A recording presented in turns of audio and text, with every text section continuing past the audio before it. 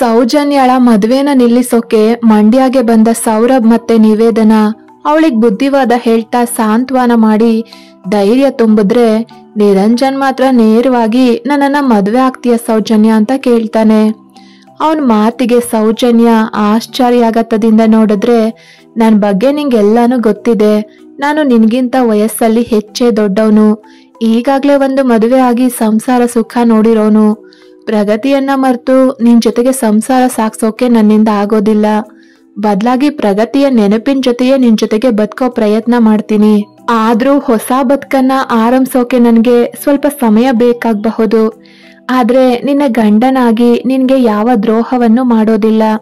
ನನ್ನೆಲ್ಲಾ ಕರ್ತವ್ಯವನ್ನ ನಿಭಾಯಿಸ್ತೀನಿ.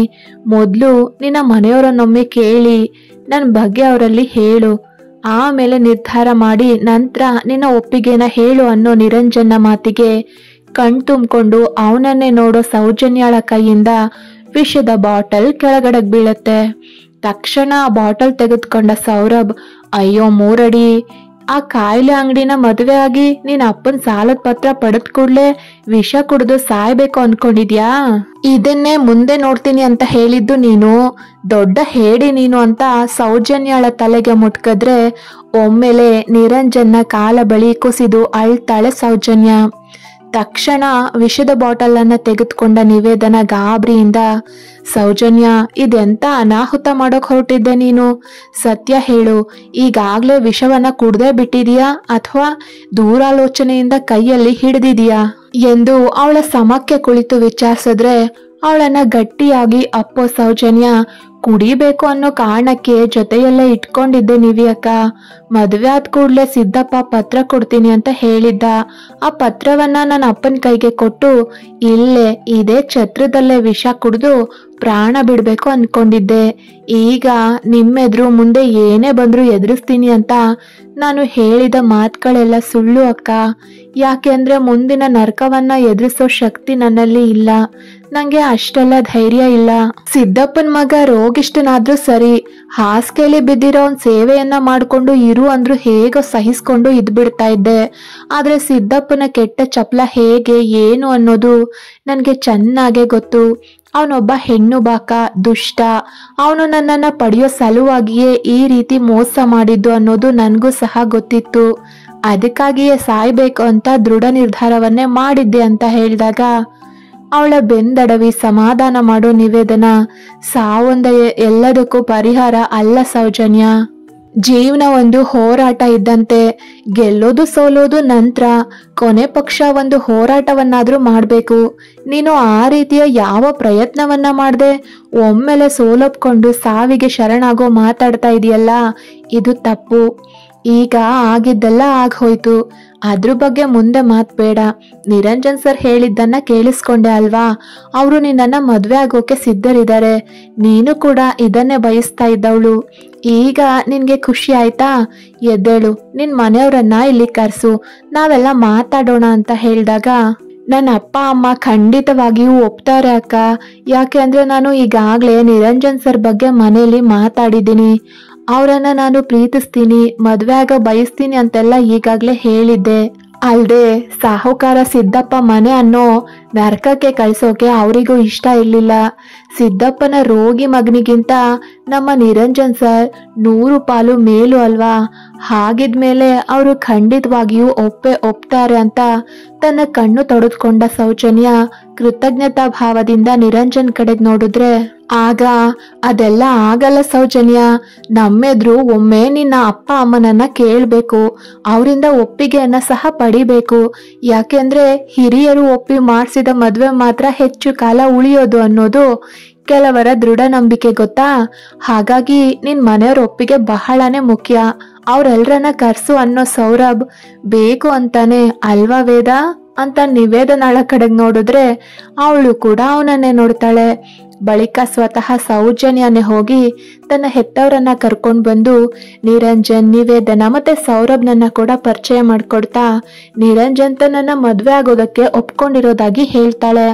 ಒಡನೆಯೇ ಸೌಜನ್ಯಾಳ ಅಪ್ಪ ಅಮ್ಮ ನಿರಂಜನ್ಗೆ ಕೈ ಮುಗಿತಾ, ನಮ್ಮ ಹುಡುಗಿ ಅವತ್ತೇ ನಿಮ್ಮ ಬಗ್ಗೆ ಹೇಳಿದ್ಲು ಸರ್, ಆದ್ರೆ ನಾವೇ ಅವಳಿಗೆ ಬೇಡಮ್ಮ, ಅವರೆಲ್ಲ ಶ್ರೀಮಂತರು, ಅಂಥವ್ರನ್ನ ಪ್ರೀತಿಸೋದು ಅವರಿಗಾಗಿ ಆಸೆ ಪಡೋದು ಕೂಡ ತಪ್ಪು, ಆಕಾಶಕ್ಕೆ ಏಣಿ ಹಾಕಿದಂತಾಗತ್ತೆ, ನಮ್ಮ ಮಿತಿಯಲ್ಲಿ ನಾವಿರ್ಬೇಕು, ಅದಕ್ಕೆ ನಾವು ತೋರ್ಸೋ ಹುಡುಗನನ್ನ ಮದುವೆ ಆಗುವಂತ ಸಮಾಧಾನ ಮಾಡಿದ್ವು. ಆದ್ರೆ ಆ ಹುಡುಗ ನಿಮ್ಮಿಬ್ರ ಬಗ್ಗೆ ತಪ್ಪಾಗಿ ಮಾತಾಡಿ ನಿಶ್ಚಿತಾರ್ಥ ನಿಲ್ಸಿ ನನ್ನ ಮಗಳ ನಡತೆ ಬಗ್ಗೆ ಕೆಟ್ಟ ಸುದ್ದಿ ಹಬ್ಸಿ ಹೋದ. ಅದ್ರ ನಂತರ ಈ ರೀತಿ ಏನೇನೋ ಅತಂತ್ರವಾಗಿ ನನ್ನ ಮಗಳನ್ನ ಸಿದ್ದಪ್ಪ ಅನ್ನೋ ಆ ಕಟಕನಿಗೆ ಒಪ್ಸೋ ಸ್ಥಿತಿ ಬಂದಿತ್ತು. ಈಗ ನೀವು ಬಂದು ಅವಳನ್ನ ಮದುವೆ ಆಗಿ ಅವಳಿಗೊಂದು ಒಳ್ಳೆ ಬದುಕನ್ನ ಕೊಡ್ತೀರಾ ಅಂದ್ರೆ ನಾವ್ಯಾಕೆ ತಡೆಯೋಣ ಸ್ವಾಮಿ, ನಾವು ಖುಷಿಯಿಂದನೇ ನಮ್ಮ ಮಗಳನ್ನ ದಾರೆ ಎರೆದು ಕೊಡ್ತೀವಿ, ಒಟ್ನಲ್ಲಿ ಅವಳು ಚೆನ್ನಾಗಿದ್ರೆ ಸಾಕು ಅಂತ ಹೇಳ್ತಾರೆ. ಸೌಜನ್ಯಾಳ ಅಪ್ಪನ ಕೈ ಕೆಳಗಡೆ ಇಳಿಸಿದ ನಿರಂಜನ್, ನೋಡಿ ನನ್ನ ಬಗ್ಗೆ ಸೌಜನ್ಯ ಏನ್ ಹೇಳಿದಾಳೆ, ಎಷ್ಟ್ ಹೇಳಿದಾಳೆ ಗೊತ್ತಿಲ್ಲ, ಆದ್ರೆ ಇರೋ ವಿಚಾರವನ್ನ ನಾನೇ ನಿಮ್ಮೆದ್ರು ಒಂದ್ಸಲ ಹೇಳ್ತೀನಿ. ಅದು ಏನು ಅಂದ್ರೆ, ನನಗೂ ನಿಮ್ಮ ಮಗಳಿಗೂ ಸರಿಸುಮಾರು 15 ವರ್ಷಗಳ ಅಂತರ ಬೀಳ್ಬಹುದು. ನನಗೀಗ 40 ವರ್ಷ, ಅವಳಿಗೆ 25ರಿಂದ 26 ಇರಬೇಕು ಅಷ್ಟೇ. ಅಲ್ಲದೆ ನನಗೆ ಈಗಾಗಲೇ ಒಂದು ಮದುವೆ ಆಗಿತ್ತು. ನನ್ನ ಹೆಂಡತಿಯೊಡನೆ 3 ವರ್ಷ ಸಂಸಾರ ಮಾಡಿದ್ದೀನಿ. ಅವಳೀಗ ಈ ಪ್ರಪಂಚದಲ್ಲಿ ಇಲ್ಲ ಅನ್ನೋವಾಗ ಅವನನ್ನ ತಡೆಯೋ ಸೌಜನ್ಯ, ನಾನು ಎಲ್ಲವನ್ನ ಹೇಳಿದ್ದೀನಿ ಸರ್, ಯಾವ ವಿಚಾರವನ್ನು ಮುಚ್ಚಿಟ್ಟಿಲ್ಲ, ಬೇಕಾದ್ರೆ ಇವರನ್ನೇ ಕೇಳಿ ಅಂತ ಹೇಳ್ತಾಳೆ. ಅವಳ ಮಾತಿಗೆ ದನಿಗುಡ್ಸೋ ಅವಳ ಅಮ್ಮ, ಹೌದು ಸರ್, ನಮ್ ಸೌಜು ಎಲ್ಲವನ್ನ ಹೇಳಿದಾಳೆ, ನಿಮ್ಮನ್ನ ನೋಡಿದ್ರೆ ನಿಮ್ಗೆ 40 ವರ್ಷ ಅಂತ ಕಾಣಿಸಲ್ಲ, ಅದು ಅಲ್ಲದೆ ವಯಸ್ಸಿನ ಅಂತರವೆಲ್ಲ ಲೆಕ್ಕಕ್ಕೆ ಬರೋದಿಲ್ಲ ಬಿಡಿ, ಗಂಡ ಹೆಂಡತಿ ಅನುಸರಿಸ್ಕೊಂಡು ಒಳ್ಳೆ ರೀತಿಲಿ ಜೀವನ ಮಾಡಿದ್ರೆ ಸಾಕು. ನನಗೂ ನನ್ನ ಗಂಡನಿಗೂ 10 ವರ್ಷದ ಅಂತರ ಇದೆ, ಆದ್ರೂ ನಾವು ಚೆನ್ನಾಗಿ ಸಂಸಾರ ಮಾಡಿಲ್ವಾ, ಇದಕ್ಕಿಂತ ಹೆಚ್ಚು ಅಂತರ ಇರೋರು ಇರ್ತಾರೆ. ಇನ್ನು 2ನೇ ಮದ್ವೆ ಅಂತೆಲ್ಲ ನಾವು ಯೋಚನೆ ಮಾಡೋದಿಲ್ಲ, ಮದ್ವೆ 2ನೇದೇ ಆದ್ರೆ ಏನಂತೆ, ನೀವಿಬ್ರು ಚೆನ್ನಾಗಿರೋದು ಮುಖ್ಯ ತಾನೆ, ನನ್ನ ಮಗಳನ್ನ ನೀವು ಚೆನ್ನಾಗಿ ನೋಡ್ಕೊಂಡ್ರೆ ಅಷ್ಟೇ ಸಾಕು. ಹುಟ್ಟಿನಿಂದ ಬರೀ ಬಡತನವನ್ನೇ ಕಂಡಿರೋ ನನ್ನ ಮಗಳು ಇನ್ನಾದ್ರೂ ನೆಮ್ಮದಿಯಿಂದ ಬದುಕ್ಲಿ ಅನ್ನೋದೇ ನಮ್ಮ ಆಸೆ. ಮನ ಮೆಚ್ಚಿದವರು ಜೊತೆಯಾದ್ರೆ ಜೀವನ ಚೆನ್ನಾಗಿರುತ್ತೆ ಅಂತ ಹೇಳ್ತಾರೆ. ಆಗ ಸೌರಭ್, ನಿರಂಜನ್ ಸರ್, ಇದೇ ರೀತಿ ಮಾತಾಡ್ತಾ ಪ್ರಶ್ನೆ ಮಾಡ್ತಾ ಸುಮ್ಮನೆ ಸಮಯವನ್ನ ವ್ಯರ್ಥ ಮಾಡಬೇಡಿ, ನಡೀರಿ ಮದ್ವೆ ಮಂಟಪದ ಕಡೆಗೆ ಹೋಗೋಣ, ಮೊದಲು ನಿಮ್ಮ ಮದ್ವೆ ನಡೀಲಿ, ನಿಮ್ಗೆ ಬಿಳಿ ಪಂಚೆ ಶರ್ಟ್ ಇಲ್ವಲ್ಲ, ಏನ್ ಮಾಡೋದು, ಇಲ್ಲಿ ಹತ್ರದಲ್ಲಿ ಯಾವ್ದಾದ್ರು ಬಟ್ಟೆ ಅಂಗಡಿ ಇದೆಯಾ, ನಾನು ಹೋಗಿ ನಿರಂಜನ್ ಸರ್ಗೆ ಹೊಸ ಬಟ್ಟೆ ತೆಗೆದುಕೊಂಡು ಬರ್ಲಾ ಅಂತ ಕೇಳಿದಾಗ, ಅದೆಲ್ಲ ಏನು ಬೇಡ ಸೌರಭ್, ಇದೇ ಬಟ್ಟೆಯಲ್ಲಿ ಮದುವೆ ಆಗ್ತೀನಿ, ನಾಳೆ ನನ್ನ ಅಮ್ಮ ಅಣ್ಣ ಅತ್ತಿಗೆ ಎಲ್ಲರನ್ನ ಬೆಂಗಳೂರಿಗೆ ಬರೋಕ್ ಹೇಳ್ತೀನಿ, ಹಾಗೆ ಪರಿಚಯದ ಒಂದಷ್ಟು ಜನರನ್ನ ಕರೆದು ಮದುವೆ ವಿಷಯವನ್ನ ತಿಳಿಸಿದ್ರೆ ಸಾಕು, ಎಲ್ಲಕ್ಕಿಂತ ಮೊದಲು ನನ್ನ ಗಾರ್ಮೆಂಟ್ಸ್ನವರಿಗೆ ನಮ್ಮಿಬ್ಬರ ಮದುವೆ ಬಗ್ಗೆ ತಿಳಿಸ್ಬೇಕು ಅಂತ ಹೇಳ್ತಾನೆ ನಿರಂಜನ್. ಅವರಿಬ್ಬರ ಮಾತುಗಳನ್ನ ಕೇಳಿ, ನಾವೇನೋ ನಿಮ್ಮ ಮದ್ವೆಗೆ ಒಪ್ಪಿಗೆ ಕೊಟ್ವು, ಆದ್ರೆ ಆ ಸಿದ್ದಪ್ಪನನ್ನ ತಡೆಯೋದು ಹೇಗೆ, ಅವನಿಗೆ 20 ಲಕ್ಷ ಕೊಡ್ಬೇಕಲ್ಲ, ಅವನು ಸಾಮಾನ್ಯ ಆಸಾಮಿ ಅಲ್ಲ ಅಂತ ಸಣ್ಣ ದನಿಯಲ್ಲಿ ಕೇಳ್ತಾರೆ ಯೋಗಣ್ಣ. ಆಗ ನಿರಂಜನ್, ಹಣದ ಬಗ್ಗೆ ನೀವೇನು ಯೋಚನೆ ಮಾಡಬೇಡಿ ಅಂತ ಹೇಳಿದ್ರೆ ಅವನ ಮಾತನ್ನ ತಡೆಯೋ ಸೌರಭ್, 20 ಲಕ್ಷ ಅಲ್ಲ, ಅವನಿಗೆ 20 ರೂಪಾಯಿ ಕೂಡ ಕೊಡೋದಿಲ್ಲ, ಅದೇನ್ ಮಾಡ್ತಾನೆ ಮಾಡ್ಲಿ, ಅದ್ರ ಬದಲು ನೀವು ಅವನಿಂದ ಮದುವೆಗೆ ಸಾಲ ಅಂತ ಎಷ್ಟು ಹಣವನ್ನ ಪಡೆದಿದ್ದೀರಾ ಹೇಳಿ, ಅದನ್ನ ನಾನೇ ವಾಪಸ್ ಕೊಡ್ತೀನಿ ಅಂತ ಆಚೆಗೆ ಹೋಗೋ ಹೊತ್ತಿಗೆ ಅದಾಗ್ಲೇ ಈ ಮದುವೆ ನಡೆಯೋದಿಲ್ಲ ಅನ್ನೋ ವಿಷಯ ಸಿದ್ದಪ್ಪನ ಕಿವಿಗೂ ತಲುಪಿತ್ತು.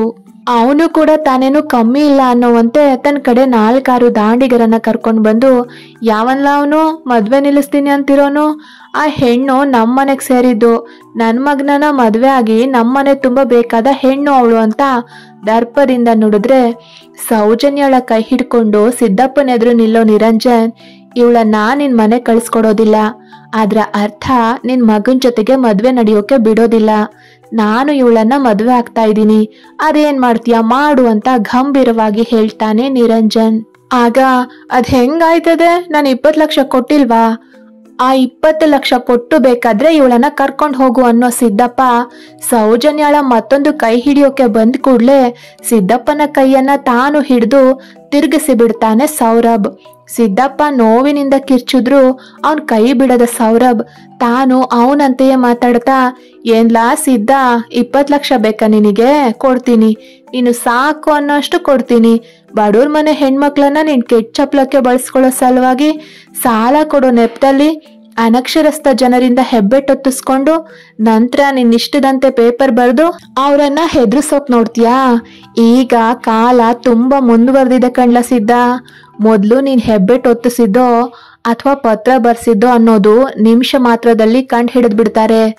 ನೀನು ಮಾಡಿರೋ ಮೋಸಕ್ಕೆ ನಿನ್ಗೆ 20 ಲಕ್ಷ ಇಲ್ಲೆಲ್ಲೂ ಕೊಡೋದಿಲ್ಲ ಕಣ್ಲ, ನೇರವಾಗಿ ಜೈಲಲ್ಲಿ ಕೊಡ್ತೀನಿ ನಡಿ, ಅಲ್ಲೇ ಲೆಕ್ಕ ಹಾಕುವಂತೆ ಅಂತ ಜೋರು ಮಾಡಿದ್ರೆ ತಾನು ನೋವಿಂದ ಕಿರುಚ್ತಾ ಇದ್ರು ತನ್ನ ಕಡೆ ದಾಂಡಿಗರನ್ನ ಉದ್ದೇಶಿಸಿ, ಏನ್ರೋ ನೋಡ್ತಾ ಇದ್ದೀರಾ, ಇವ್ರಿಬ್ರನ್ನ ಬಲಿ ಹಾಕಿ ಅವಳನ್ನ ಮಂಟಪದ ಹತ್ರ ಎಳ್ಕೊಂಡ್ ಬನ್ನಿ, ಇಲ್ಲ ಇವಳು ಕೈ ಕಾಲು ಮುರಿದು ಹಾಕಿ ಮಳ್ಳಿ ಹಂಗೆ ಮದ್ವೆಗೆ ಒಪ್ಕೊಂಡು ಈಗ ಸಿಟಿಯಿಂದ ಜನ ಕರೆಸಿ ನಾಟಕ ಆಡ್ತಾವಳೆ ಅಂತ ಆದೇಶಿಸ್ತಾನೆ ಸಿದ್ದಪ್ಪ. ತಕ್ಷಣ ತಮ್ಮ ದಣಿಯ ಆದೇಶವನ್ನ ಪಾಲಿಸೋ ಸಲುವಾಗಿ ಆ ದಾಂಡಿಗರು ಸೌಜನ್ಯಾಳ ಜೊತೆಯೇ ನಿಂತಿದ್ದ ನಿರಂಜನ್ ಮತ್ತೆ ನಿವೇದನಳ ಮೇಲೆ ಹಲ್ಲೆ ಮಾಡೋಕೆ ಬಂದ್ರೆ ಸಿದ್ದಪ್ಪನನ್ನ ದೂರಕ್ಕೆ ತಳ್ಳಿದ ಸೌರಭ್ ತಮ್ಮತ್ತ ನುಗ್ಗಿ ಬರ್ತಾ ಇದ್ದ ಆ ದಾಂಡಿಗರನ್ನ ಕಂಡು ಬೆದರಿದ ನಿವೇದನಾಳನ್ನ ತನ್ನತ್ತ ಸೆಳೆದು ಅವಳಿಗೆ ಬೀಳಬೇಕಾದ ಪೆಟ್ಟನ್ನ ತಡೆದು ಅವ್ರೆಲ್ಲರನ್ನ ಹಿಂದಕ್ಕೆ ತಳ್ಳಿದ್ರೆ ಸೌಜನ್ಯ ಅದಾಗ್ಲೇ ನಿರಂಜನ್ನ ಬೆನ್ನ ಹಿಂದೆ ಔತು ನಿಲ್ತಾಳೆ. ತನಗೆ ಪೆಟ್ಟು ಬಿತ್ತೇನೋ ಅಂತ ಬೆದ್ರಿ ನಿಂತಿದ್ದ ನಿವೇದನ ಮೆಲ್ಲಗೆ ಕಣ್ತೆರೆದ್ರೆ ಅವಳಿಗೆ ಕಂಡಿದ್ದು ಸೌರಭ್ ಧರಿಸಿದ್ದ ತಿಳಿ ನೀಲಿ ಬಣ್ಣದ ಶರ್ಟ್. ಯಾಕಂದ್ರೆ ಅವನು ಎಳೆದ ರಪ್ಸಕ್ಕೆ ಸೌರಭ್ನ ಎದೆಗೊರಗಿದ ನಿವೇದನ ಭಯದಿಂದ ಕಣ್ಣು ಮುಚ್ಚಿದಾಳೆ. ಮುಜುಗರದಿಂದ ಅವನಿಂದ ದೂರ ಸರಿಯೋ ಸಲುವಾಗಿ ತಲೆ ಎತ್ತಿ ನೋಡಿದ್ರೆ ಸೌರಭ್ನ ಮುಖದ ಮೇಲೆ ರೋಷ ತಾಂಡವವಾಡ್ತಿದೆ. ಆದ್ರೆ ಅವಳ ಮೇಲಲ್ಲ, ಸಿದ್ದಪ್ಪನ ಕಡೆಯವ್ರ ಮೇಲೆ. ಅವಳೇ ಭಯದಿಂದ ಅವನ ಎದೆ ಭಾಗದ ಅಂಗಿಯನ್ನ ಗಟ್ಟಿಯಾಗಿ ಹಿಡಿದಿದ್ರು ಅವಳನ್ನ ಮುಟ್ಟದ ಸೌರಭ್ ಅವಳ ಮೇಲೆ ಹಲ್ಲೆ ಮಾಡೋಕೆ ಬಂದಿದ್ದವರ ಕೈ ಮುರಿತಾ ಇದ್ದ. ಅವರಿಬ್ಬರ ಭೇಟಿಯಾಗಿ ಹತ್ರ 1 ವರ್ಷವೇ ಆಗ್ತಾ ಬಂದ್ರು.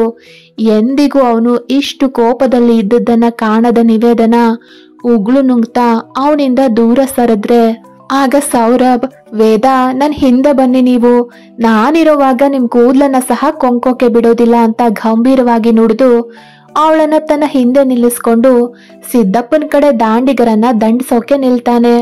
ನಿರಂಜನ್ ಕೂಡ ತಾನೇನು ಕಮ್ಮಿ ಇಲ್ಲ ಅನ್ನೋಂತೆ ಸಿದ್ದಪ್ಪನ ಕಡೆ ಇಬ್ರು ದಾಂಡಿಗರಿಗೆ ಚೆನ್ನಾಗೆ ಬಾರಿಸ್ತಾನೆ. ಇನ್ನು ಸೌರಭ್ನ ಕಥೆಯಂತೂ ಹೇಳೋದೇ ಬೇಡ. ಮೊದ್ಲಿಂದಾನು ಹೊಡಿ ಬಡಿ ಆಟ ಅಂದ್ರೆ ಹೆಚ್ಚು ಇಷ್ಟಪಡ್ತಾ ಇದ್ದವನು ಬಹಳ ದಿನಗಳಿಂದ ದೂರ ಇದ್ನಲ್ಲ, ಹಾಗಾಗಿ ಇಂದು ಕೈಕಾಲಿನ ಜೊತೆಗೆ ಮೈಗೂ ಒಳ್ಳೆ ತಾಲೀಮು ಕೊಟ್ಟಂತಾಯ್ತು ಅನ್ನೋವಂತೆ ಸಿದ್ದಪ್ಪ ಸೇರಿದಂತೆ ಉಳಿದವ್ರಿಗೂ ಚೆನ್ನಾಗಿ ಬಾರಿಸ್ತಾ ಆಗಾಗ ನಿವೇದನಾಳ ಕಡೆಗೆ ನೋಡ್ತಾ, ವೇದ ಹುಷಾರು, ನಿರಂಜನ್ ಸರ್ ನೀವು ಮಂಟಪದ ಹತ್ರ ಹೋಗಿ, ಇದೆಲ್ಲ ನಂಗೆ ಜುಜ್ಮಿ ಮ್ಯಾಟ್ರು, ಮದ್ವೆ ಗಂಡು ನೀವ್ಯಾಕೆ ಹೊಡೆದಾಟಕ್ಕೆ ಬರ್ತೀರಾ, ಇದೆಲ್ಲ ನಾನು ನೋಡ್ಕೋತೀನಿ ಅಂತ ಸೌಜನ್ಯಾಳ ಜೊತೆ ನಿರಂಜನ ಕಳಿಸಿ ಉಳಿದವರನ್ನ ತಾನೇ ಹಣ್ಣುಗಾಯಿ ನೀರ್ಗಾಯಿ ಮಾಡ್ತಾನೆ ಸೌರಭ್. ಪಾಪದ ಹೆಣ್ಣಿನ ಬಾಳನ್ನ ಹಾಳು ಮಾಡೋಕೆ ನೋಡ್ತಾ ಇದ್ದ ಸಿದ್ದಪ್ಪನಿಗೆ ಸರಿಯಾಗೆ ಆಗಿದೆ ಅಂದ್ಕೊಂಡ ಊರವರೇ ಆಗ್ಲಿ ಮದುವೆಗೆ ಬಂದಿದ್ದವರೇ ಆಗ್ಲಿ ಸಿದ್ದಪ್ಪನಿಗೆ ಸಹಾಯ ಮಾಡೋಕೆ ಹೋಗ್ಲಿಲ್ಲವಾದ್ರು ಒಬ್ರ ನಂತರ ಒಬ್ರು ಅನ್ನೋವಂತೆ ಸೌರಭ್ನ ಮೇಲೆ ದಾಳಿ ಮಾಡೋಕೆ ನೋಡ್ತಾ ಇದ್ರು ಸಿದ್ದಪ್ಪನ ಕಡೆಯವರು. ಆದ್ರೆ ಅಷ್ಟು ಸುಲಭವಾಗಿ ಯಾರಿಗೂ ಜಗ್ಗದ ಬಗ್ಗದ ಮೊಂಡ ಸೌರಭ್ ಎಲ್ರಿಗೂ ತಕ್ಕ ಶಾಸ್ತಿಯನ್ನೇ ಮಾಡಿದ್ದ.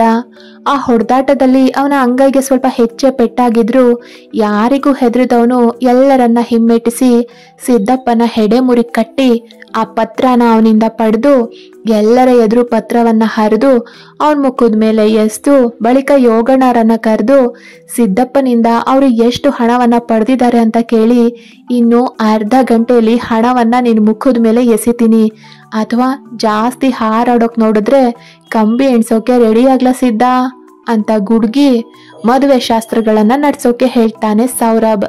ಆದ್ರೆ ಸೌರಭ್ ಬಲೆಗೈನ 1-2 ಬೆರಳು ಪೆಟ್ಟಾಗಿ ತುಸು ಹೆಚ್ಚೆ ರಕ್ತ ಬರ್ತಾ ಇದ್ದದನ್ನ ಕಂಡ ನಿವೇದನ, ನಿಮ್ ಕೈ ಗಾಯ ಆಗಿದೆ ಸರ್, ಏನಾದ್ರೂ ಔಷಧಿ ಹಚ್ಚಿ ಅಂತ ಹೇಳಿದ್ರೆ ತನ್ನ ಕೈ ನೋಡ್ಕೊಂಡು, ಹೌದು ರೀ ಗಾಯ ಏನೋ ಆಗಿದೆ, ಸದ್ಯಕ್ಕೆ ಮದುವೆ ಒಂದು ನಡೆದ್ಬಿಡ್ಲಿ ಮತ್ತೆ ಔಷಧಿ ಹಚ್ಕೊಳ್ತೀನಿ ಅಂತಾನೆ ಸೌರಭ್. ಆಗ ನಿವೇದನ ಅವರಿಬ್ರು ಮದ್ವೆಗೆ ಅಕ್ಷತೆ ಹಾಕಿ ಆಶೀರ್ವಾದ ಮಾಡ್ಬೇಕಲ್ಲ, ಆಗ್ಲೂ ಹೀಗೆ ರಕ್ತ ಮೆತ್ತಿದ ಕೈನಲ್ಲಿ ಅಕ್ಷತೆ ಹಾಕ್ತೀರಾ, ಅಟ್ಲೀಸ್ಟ್ ಕೈ ತೊಳ್ಕೊಂಡು ಬನ್ನಿ ಅಂತ ಹೇಳಿದ್ರೆ, ಏನ್ರಿ ನೀವು ಗುರ್ತು ಪರಿಚಯ ಇಲ್ಲದ ಊರಲ್ಲಿ, ಗುರ್ತು ಪರಿಚಯ ಇಲ್ಲದ ಜನರ ನಡುವಲ್ಲಿ ನನ್ನನ್ನು ಒಬ್ನೇ ಹೋಗಿ ಕೈ ತೊಳ್ಕೊಂಡು ಬಾ ಅಂತಿದ್ದೀರಲ್ಲ, ನನ್ಗೆ ಹೆದರಿಕೆ ಆಗತ್ತಪ್ಪ.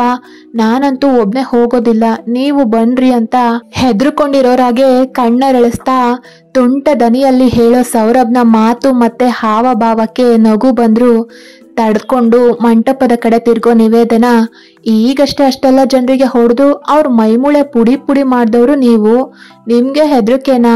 ಬೇಗ ಹೋಗಿ ಕೈ ತೊಳ್ಕೊಂಡು ಬನ್ನಿ ಅಂತ ಗದ್ರಿದ ಕೂಡ್ಲೆ ನೀವು ಆರ್ಡರ್ ಮಾಡಿದ್ಮೇಲೆ ಈ ಪಾಮರ ಕೇಳ್ದೆ ಇರೋಕ್ ಸಾಧ್ಯವೇ? ಹೀಗೆ ಹೋಗಿ ಹಾಗೆ ಬರ್ತೀನಿ, ನಿಮ್ ಪಕ್ಕದ ಜಾಗ ನನ್ಗೆ ಮೀಸ್ಲು, ಇಲ್ಲಿ ಬೇರೆಯವರನ್ನ ನಿಲ್ಲೋಕೆ ಬಿಡ್ಬೇಡಿ ಅಂತ ಅಲ್ಲಿಂದ ಓಡ್ತಾನೆ ಸೌರಭ್. ನಿರಂಜನ್ ಎಂದಿನಂತೆ ಗಂಭೀರ ಭಾವದಲ್ಲಿ ಕುಳಿತು ಶಾಸ್ತ್ರಗಳನ್ನ ಮಾಡ್ತಿದ್ರೆ ಸೌಜನ್ಯ ತನ್ನ ಪ್ರೀತಿ ಸಾಕಾರವಾದ ಖುಷಿಯಲ್ಲಿ ನಾಚ್ತಾ ಆಗಾಗ ನಿರಂಜನ ಕಡೆ ನೋಡ್ತಾ ಶಾಸ್ತ್ರ ಮಾಡ್ತಾ ಇದ್ಲು. ಕೊನೆಗೂ ಶಾಸ್ತ್ರಗಳೆಲ್ಲ ಮುಗ್ದು ನಿರಂಜನ ಕೈಗೆ ಅರಿಶಿನ ದಾರದಲ್ಲಿ ಚಿನ್ನದ ತಾಳಿಯನ್ನ ಪೋಣಿಸಿದ್ದ ಮಂಗಳಸೂತ್ರವನ್ನ ಕೊಟ್ಟಾಗ ಮೊದ್ಲು ಸೌಜನ್ಯಾಳ ಹೆತ್ತವರನ್ನ, ನಂತರ ಸೌರಭ್, ನಿವೇದನ ಇಬ್ರನ್ನ, ಕೊನೆಯಲ್ಲಿ ಸೌಜನ್ಯಾಳನ್ನ ನೋಡಿದ ನಿರಂಜನ್, ಸೌಜನ್ಯ, ನನ್ನನ್ನ ಮದ್ವೆ ಆಗೋಕೆ ಒಪ್ಪಿಗೆ ಇದೆ ಅಲ್ವಾ? ನಾನು ನಿನ್ನೆಲ್ಲಾ ನಿರೀಕ್ಷೆಗಳನ್ನ ಸಮರ್ಥಕವಾಗಿ ಈಡೇರಿಸ್ತೀನೋ ಇಲ್ವೋ ಗೊತ್ತಿಲ್ಲ ಅಂತ ಮತ್ತೊಮ್ಮೆ ಅವಳ ಒಪ್ಪಿಗೆಯನ್ನ ಕೇಳಿ, ಅವಳು, ನಿಮ್ಮಿಂದ ನಾನು ನಿರೀಕ್ಷಿಸ್ತಾ ಇರೋದು ಹಿಡಿ ಪ್ರೀತಿಯನ್ನ ಮಾತ್ರವೇ ಸರ್. ನಿಮ್ಮನ್ನ ಮದ್ವೆ ಆಗೋಕೆ ತುಂಬು ಮನದಿಂದನೇ ಒಪ್ಪಿದೀನಿ ನಾನು ಎಂದು ಒಪ್ಪಿಗೆ ಕೊಟ್ಟ ನಂತರ ಅವಳ ಕೊರಳಿಗೆ ಮಂಗಳಸೂತ್ರವನ್ನ ಕಟ್ತಾನೆ. ಎಲ್ರು ಅಕ್ಷತೆ ಹಾಕಿ ಅವರಿಬ್ಬರನ್ನ ಹರಸ್ತಾರೆ.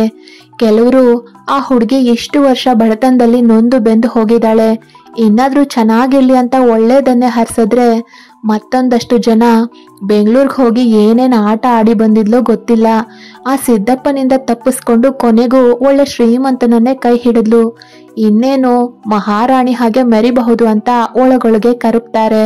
ಆದ್ರೆ ಈಗ ಯಾರು ಏನೇ ಹೇಳಿದ್ರು ಸೌಜನ್ಯ ಅಧಿಕೃತವಾಗಿ ನಿರಂಜನ್ನ ಶ್ರೀಮತಿ ಅನ್ನೋದು ಮಾತ್ರವೇ ಸತ್ಯ.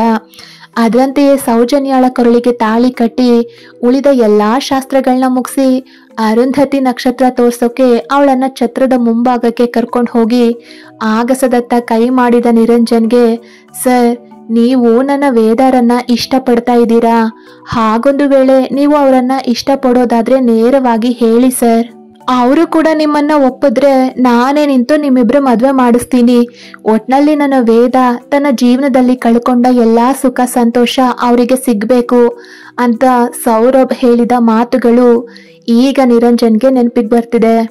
ಹಾಗೆ ಅವನ ಮಾತನ್ನ ನೆನಪಿಸ್ಕೊಂಡು ಪಕ್ಕದಲ್ಲಿ ನೋಡ್ದವನಿಗೆ ಕಂಡದ್ದು ತನ್ನಿಂದ ತುಸು ದೂರದಲ್ಲಿ ನಿಂತು ರೇಖಾ, ಸುಮಾ ಮತ್ತೆ ಭಾಗ್ಯಾಳ ಜೊತೆಗೆ ಮಾತಾಡ್ತಿದ್ದ ನಿವೇದನಾಳನ್ನೇ ನೋಡ್ತಾ ನಿಂತಿದ್ದ ಸೌರಭ್. ಕತೆ ಮುಂದುವರಿಯುತ್ತೆ. ಯಾರೆಲ್ಲ ಸಬ್ಸ್ಕ್ರೈಬ್ ಮಾಡ್ಕೊಳ್ದೆ ಕತೆ ಕೇಳ್ತಿದ್ರೆ ದಯವಿಟ್ಟು ಸಬ್ಸ್ಕ್ರೈಬ್ ಮಾಡ್ಕೊಂಡು ಕತೆನ ಕೇಳಿ. ಕತೆ ನಿಮ್ಗೆ ಇಷ್ಟ ಆಗ್ತಿದ್ರೆ ಒಂದು ಲೈಕ್ ಮಾಡಿ. ಕತೆ ಬಗ್ಗೆ ನಿಮ್ಮ ಅಭಿಪ್ರಾಯನ ಕಮೆಂಟ್ ಮಾಡಿ ತಿಳಿಸಿ. ನಿರಂಜನ್ ಮತ್ತೆ ಸೌಜನ್ಯ ಏನೋ ಮದ್ವೆ ಆಗಿ ಗಂಡ ಹೆಂಡತಿ ಆದ್ರು. ಎಲ್ರು ಹೇಳ್ತಿದ್ರಲ್ಲ ನಿರಂಜನ್ ಮತ್ತೆ ನಿವೇದನನ ಪೇರ್ ಮಾಡಿ ಅಂತ, ಆದ್ರೆ ಪೇರ್ ಆಗಿದ್ದು ಇವರಿಬ್ರು. ಸೌರಭ್ ಮತ್ತೆ ನಿವೇದನ ಪೇರ್ ಆಗ್ತಾರ ಇಲ್ವಾ, ಮುಂದೆ ಏನೇನಾಗುತ್ತೆ ಅಂತ ಇನ್ನು ಮುಂದೆ ತುಂಬಾ ಎಪಿಸೋಡ್ಗಳಿದೆ, ಅದ್ರಲ್ಲಿ ಗೊತ್ತಾಗುತ್ತೆ. ಕತೆ ಕೇಳ್ತಿರೋರೆಲ್ರಿಗೂ ತುಂಬಾನೇ ಥ್ಯಾಂಕ್ಸ್.